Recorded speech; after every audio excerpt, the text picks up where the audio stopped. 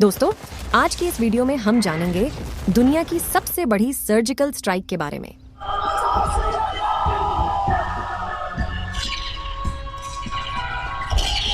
आइए पहले जानते हैं कि सर्जिकल स्ट्राइक्स होती क्या हैं।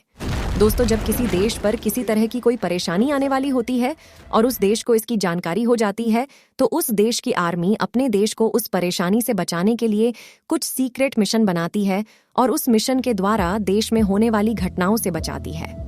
दोस्तों, कई स्ट्राइक देश में हो चुकी घटनाओं का बदला लेने के लिए भी की जाती है, जैसे कि भारत के पुलवामा में सीआरपीएफ के काफिले पर हुए आतंकी हमले का बदला 12 दिन बाद भारत की वायुसेना ने ले लिया।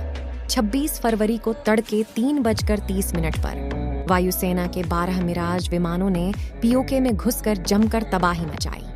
आतंकी ठिकानों पर वायुसेना के 21 मिनट तक चले स्ट्राइक में 200 से 300 आतंकवादियों के मारे जाने की खबर है। इस पूरी कार्रवाई में 12 मिराज विमानों ने 1000 किलो बम बरसाए, जिससे कई आतंकी कैंप पूरी तरह से तबाह हो गए।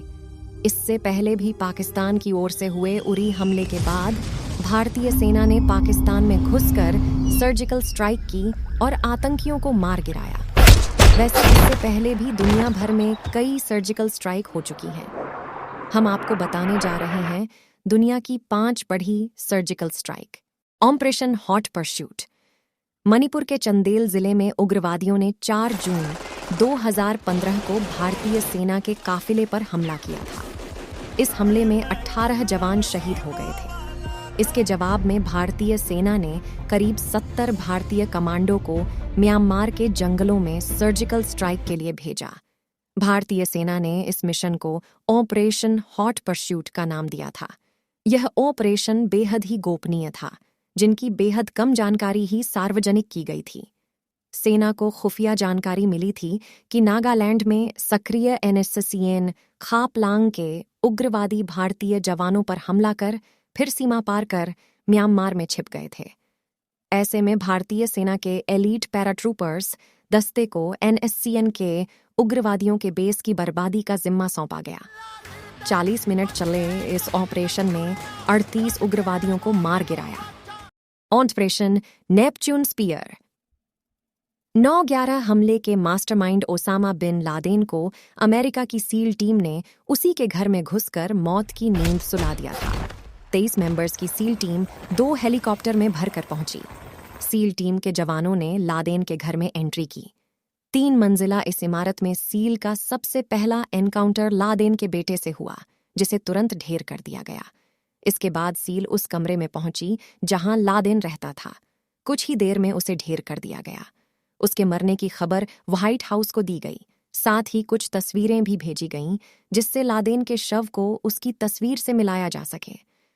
अमेरिकी नेवी सील के एक पूर्व शूटर के मुताबिक लादेन का सिर गोलियों से इस कदर खराब हो गया था कि पहचान करने के लिए सिर के सभी टुकड़ों को एक साथ रखना पड़ा। लादेन को ढेर करने के बाद उसके शव को हेलीकॉप्टर में लादकर नेवी सील ने पाकिस्तान से उड़ान भर ली। युगांडा के एंतेबे हवाई अड्डे पर रेड।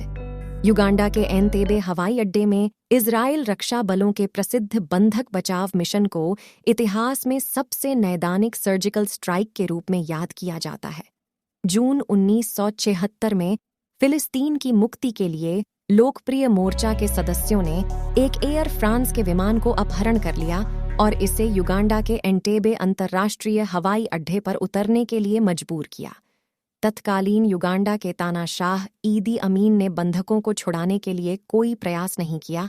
फिर आईडीएफ ने कदम रखा। इस हमले को 100 इजरायली कमांडो ने अंजाम दिया और सभी आतंकवादियों को मार गिराया गया और 3 यात्रियों को छोड़कर सभी को बचा लिया गया। मिशन ईगल क्लो। नवंबर 1979 में कुछ ईरानी छात्रों ने ईरान की राजधानी तेहरान में अमेरिकी दूतावास में 53 अमेरिकियों को बंधक बना लिया। तब अमेरिकी राष्ट्रपति जिमी कार्टर ने एक गुप्त बचाव मिशन शुरू किया। हालांकि मिशन ईगल क्लॉ पूरी तरह से विफल रहा। इस मिशन में अमेरिकी विशेष बल रेत के तूफान में फंस गए। निकलते वक्त उन्हें आग का सामना करना पड़ा और एक दुर्घटना में एक हेलीकॉप्टर क्रैश हो गया। आखिरकार 8 अमेरिकी सैनिकों की मौत हो गई और किसी भी बंधकों को बचाया नहीं जा सका। इजरायली सेना के खुफिया एजेंसी की स्ट्राइक साल 1972 में ओलंपिक खेलों के आयोजन के दौरान ओलंपिक विलेज में फलस्तीन लिबरेशन ऑर्गेनाइजेशन से जुड़े आतंकवादी घुस गए।